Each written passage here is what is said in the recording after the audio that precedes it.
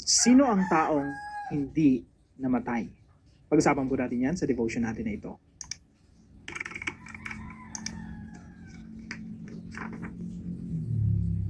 Magandang araw po sa bawat isa sa inyo. Welcome back to our 365 Daily Devotions, Bible Characters Edition. Binabati ko po muna ng happy birthday si Sister Irma Pomaranas. Hello po sa inyo kapatid. Na-miss na po namin kayo.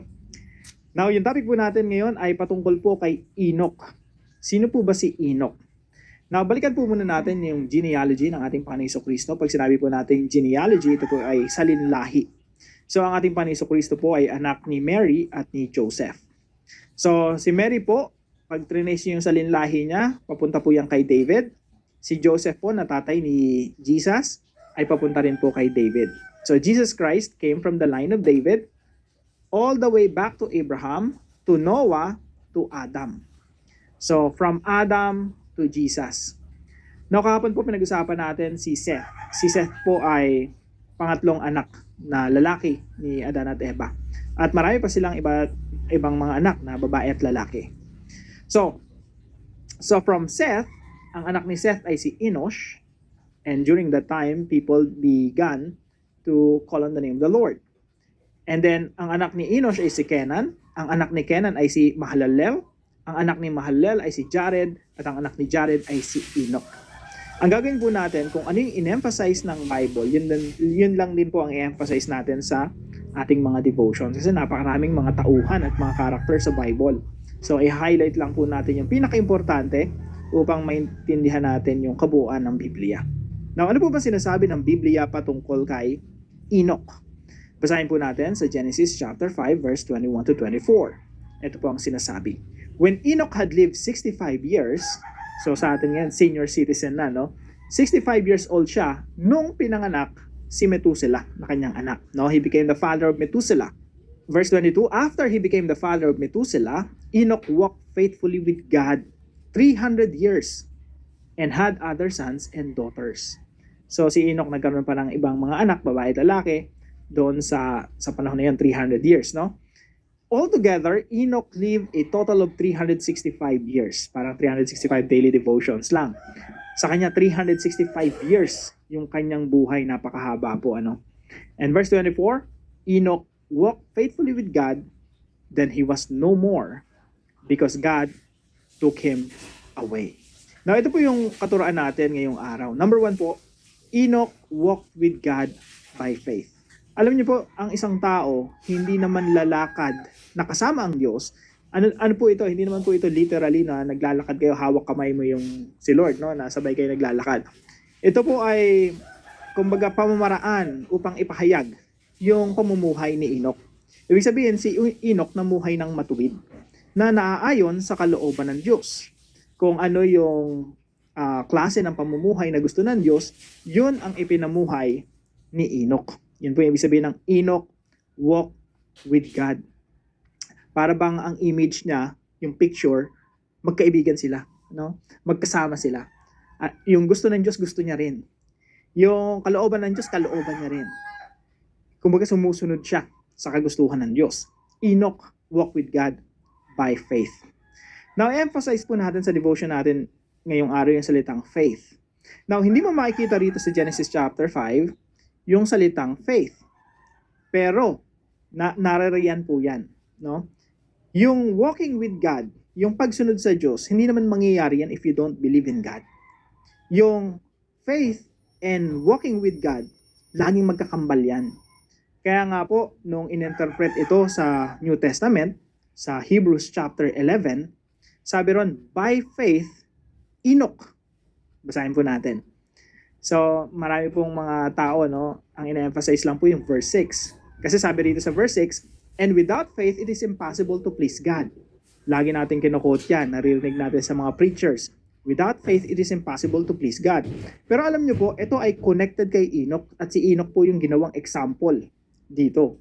Kaya po pag binalikan natin yung verse 5, sabi dito, by faith, Enoch was taken from this life so that he did not experience death. Mamaya pag-usapan natin yan na si Enoch hindi namatay. He could not be found because God had taken him away. For before he was taken, he was commended as one who pleased God. And without faith, it is impossible to please God. Because anyone who comes to Him must believe that He exists and that He rewards those who earnestly seek Him. So, bagamat di mo makita yung salitang faith doon sa Genesis chapter 5, pero nandoon yun. Kaya sabi dito sa Hebrews 11:5, by faith Enoch. So, ano po ibig sabihin nito? Ganito po yan mga kapatid. Ang tunay na pananampalataya sa Diyos, ang tunay na paniniwala sa Diyos, ay magdudulot sa iyo ng isang matuwid na pamumuhay. Wala pong tao na lumalakad kasama ang Diyos na hindi nananampalataya sa Diyos. At kung tunay na nananampalataya ka sa Diyos, you will also walk with God. Alam niyo po dito sa Pilipinas or anywhere in the world, marami pong mga tao naniniwala sa Diyos. They just believe in God. Pero they don't walk with God. Ano pong nangyari? Maraming tao naniniwala sa Diyos pero hindi naman lumalakad ng ayon sa kalooban ng Diyos. Paano po ipapaliwanag yung mga ganong bagay? Kasi mag-interview ka lang dito sa Pilipinas, maybe 99.9% sasabihin nila naniniwala sila sa Diyos. Pero alam niyo po, iba po yung naniniwala ka lang sa Diyos. You just know that there is God. Pero iba yung relational na pananampalataya. Yung, Lord, I believe in you, you are there, and I will follow you. Yun po yung true faith. Malalaman mo na totoo ang pananampalataya ng isang tao kapag yung tao na yun naniwala at sumunod sa Diyos. Naniwala at lumakad kasama ng Diyos. Pangalawa po, Enoch pleased God by faith. Ibig sabihin, nalulugod ang Diyos sa kanya kasi nga nananampalataya sa Diyos. Again, sabi dito, by faith, Enoch was taken from this life so that he did not experience death. For before he was taken, he was commended as one who pleased God. He pleased God. Nalulugod ang Diyos sa kanya. And without faith, it is impossible to please God. Kung walang pananampalataya, you cannot please God. You cannot make God happy. Ano matutuwa sa iyo yung Diyos, hindi ka nga naniniwala sa Kanya, no? Because anyone who comes to Him must believe that He exists and that He rewards those who earnestly seek Him. Mga kapatid, the goal of life is to please God, to make God happy.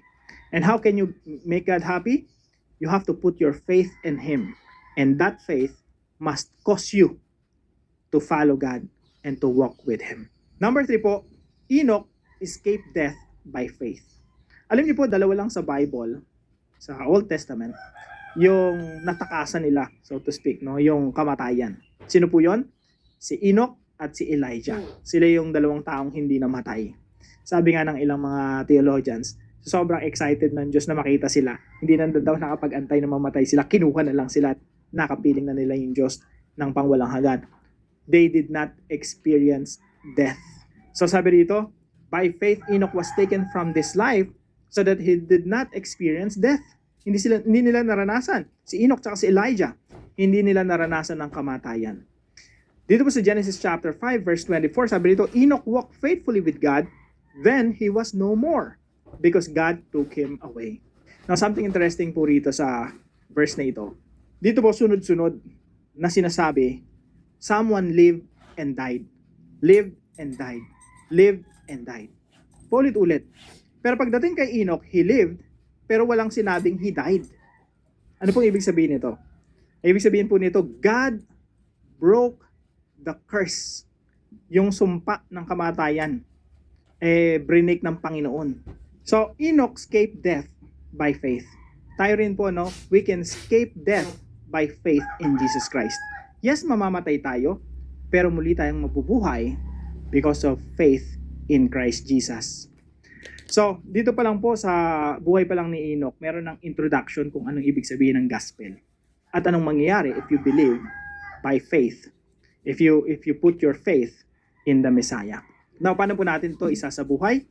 Number 1 po, learn that true faith produces godly life. Kailangan talaga nating matutunan, mga kapatid, na yung tunay na pananampalataya ay magdudulot sa atin ng makadiyos na pamumuhay. Kung totoong naniniwala ka sa Diyos, you will also walk with God. Isa pong pruweba, matibay na ebidensya na ikaw nga ay tunay na mananampalataya, ikaw nga ay ligtas, at ikaw nga ay tumanggap ng biyaya ng kaligtasan if you walk with God. Pangalawa po, live to please God and seek His presence. Mamuhay po tayo na pinapasaya yung Diyos. That's the purpose of life. Na pasayahin ng Diyos, to make God happy. So nung nilikha tayo ng Diyos, ang gusto ng Diyos i-share yung kanyang kaligayahan sa atin. At tayo, dahil tayo tumatanggap ng biyaya ng Diyos, nagpapala tayo ng Diyos, we will also live for God and to make God happy. Sabi po sa Hebrews chapter 11, and without faith, it is impossible to please God. Kung hindi ka naniniwala sa Diyos, hindi ka mamumuhay ng maka-Diyos na pamumuhay. If you don't live a godly life, you will not please God. Kaya sinasabi dito, without faith, it is impossible to please God. Kung hindi ka nananampalataya, you will not please God. Now sabi po dito, because anyone who comes to Him must believe that He exists and that He rewards those who earnestly seek Him. Alam niyo po yung paghahanap sa presensya ng Diyos, yung greatest reward of seeking the presence of God is that you will find Him.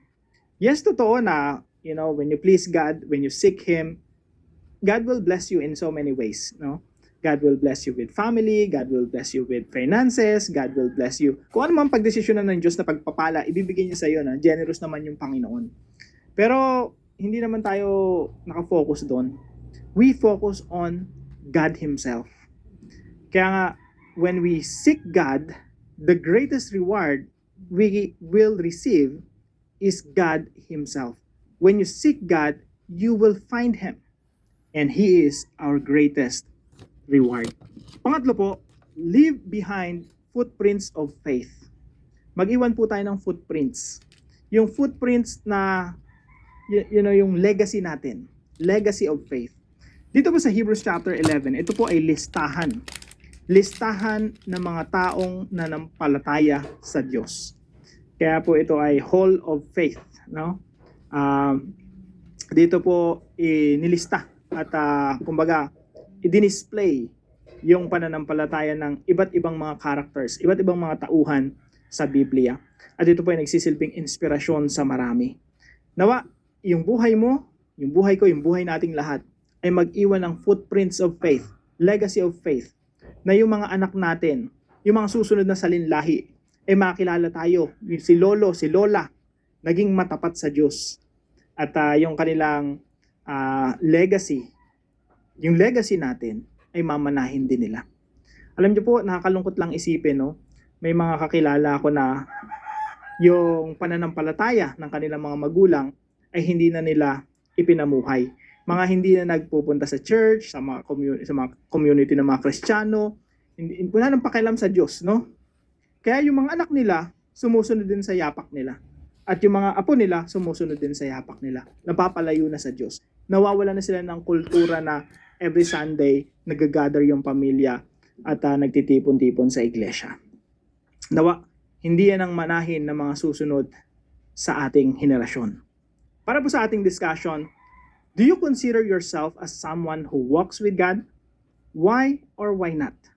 At para po sa dive deeper natin, pag-usapan natin mamaya right after this video, kasunod nitong video na to, what is the meaning of Enoch? Tayo po'y manalangin. Lord God, I want to walk with you like Enoch did. Sometimes it feels hard to follow you when the world goes in a different direction. And I feel small and weak. Please hold my hand and guide my steps. Help my heart to trust you more and to listen to your voice every day. I know I cannot please you on my own, so that you, one more time, cut. I know I cannot please you on my own, so thank you for giving me faith and grace. Teach me to live in a way that makes you smile and brings you honor. I want my life to be pleasing to you. In Jesus' name, amen and amen.